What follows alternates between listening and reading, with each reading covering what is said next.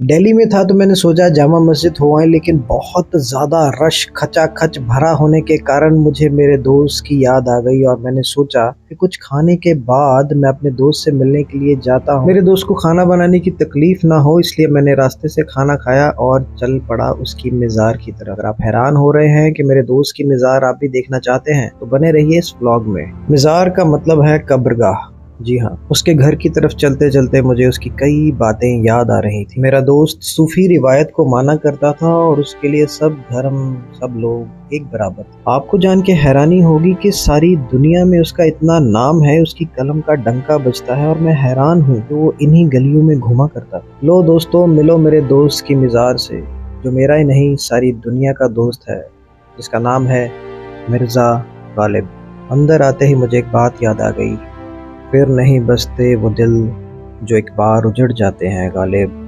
कब्र को कितना भी सजाओ, कोई लौट कर नहीं आता। वैसे तो गालिब साहब की कब्रगाह निज़ामुद्दीन की साइड पे है, लेकिन कहते हैं कि जहां आप बहुत समय बिताते हैं वो चीज़ आप में बसती है और आप उस जगह में बस जाते हो। तो जब आप यहाँ पे आएंगे तो यकीनन मिर्ज़ा गालिब आपको इस हवेली की दीवारों में दिखाई देंगे, सुनाई देंगे। मुझे लगता है कि हर आर्टिस्ट को, चाहे वो लेखक है, पेंटर है, एक बार तो ऐसी जगहों पे ज़रूर जाना चाहिए। ऐसे लगता है जैसे आप इतिहास के पिछले पन्नों में जा कर के उस व्यक्ति से, विशेष से मिल रहे हैं और यहाँ आकर उनके लिबास, उनके हाथों से लिखी हुई किताब, वो कलम, सब चीज़ें, वो शतरंज आपको गालिब साहब की होंद, उनका होना वहाँ महसूस करवा देंगी।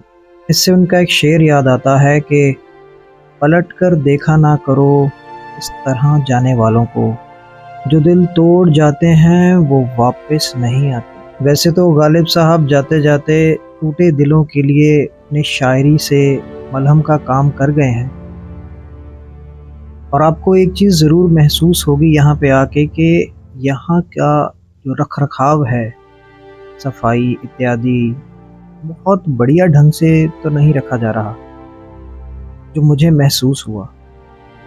क्योंकि जितनी इज्जत लोगों के दिलों में है गालिब साहब के लिए, उसके हिसाब से इसकी थोड़ी बहुत तो रख रखाव, सफाई इत्यादि होनी चाहिए थी।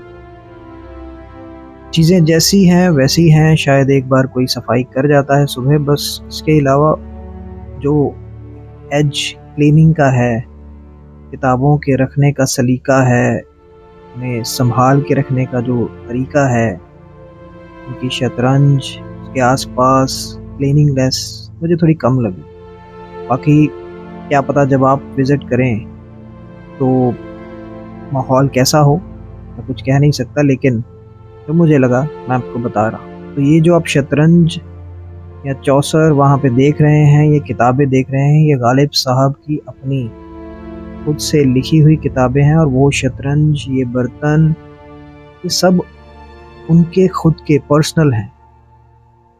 तो इसी वजह से मैं कह रहा था कि इनकी होंद आपको महसूस होती है वहाँ पे।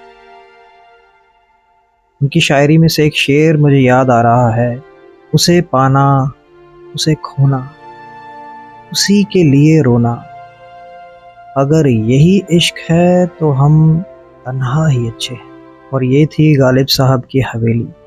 अगर आपको ये ब्लॉग अच्छा लगा है तो आप भी यहाँ पे ज़रूर विज़िट करना, क्योंकि हर आर्टिस्ट को आई गेस विज़िट करना चाहिए।